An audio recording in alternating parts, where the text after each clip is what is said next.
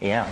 You've done a lot of thinking about morphological resonances of different sorts, and there's one that I've encountered that I really can't shake loose. I wonder if you have a comment on it.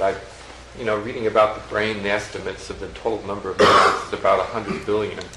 And as you read about cosmology, you read that the average spiral galaxy is thought to have 100 billion suns in it, and the total number of galaxies in the universe is estimated to be around 100 billion.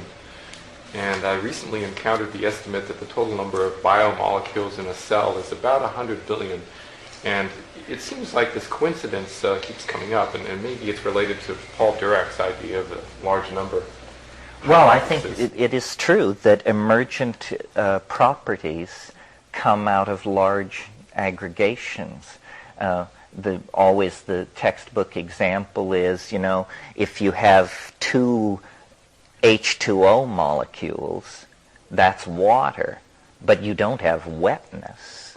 Wetness doesn't emerge until you have thousands of H2O molecules. And so the wetness of water is a property which only emerges when you have millions of these molecules together.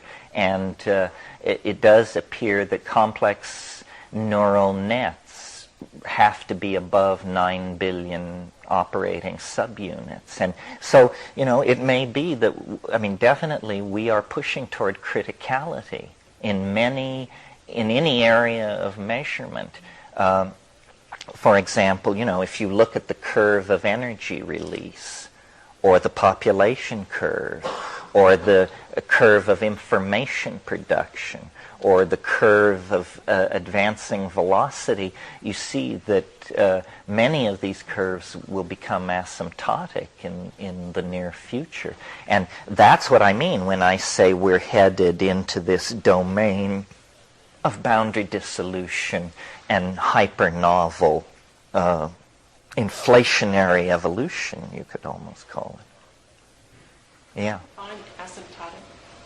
Isn't that, asymptotic is when it's not doubling every time you measure it. It's being squared, isn't that it, each time? Mm-hmm. So it goes logarithmic, asymptotic, and then there's another term for an even more rapid expansion. Yeah.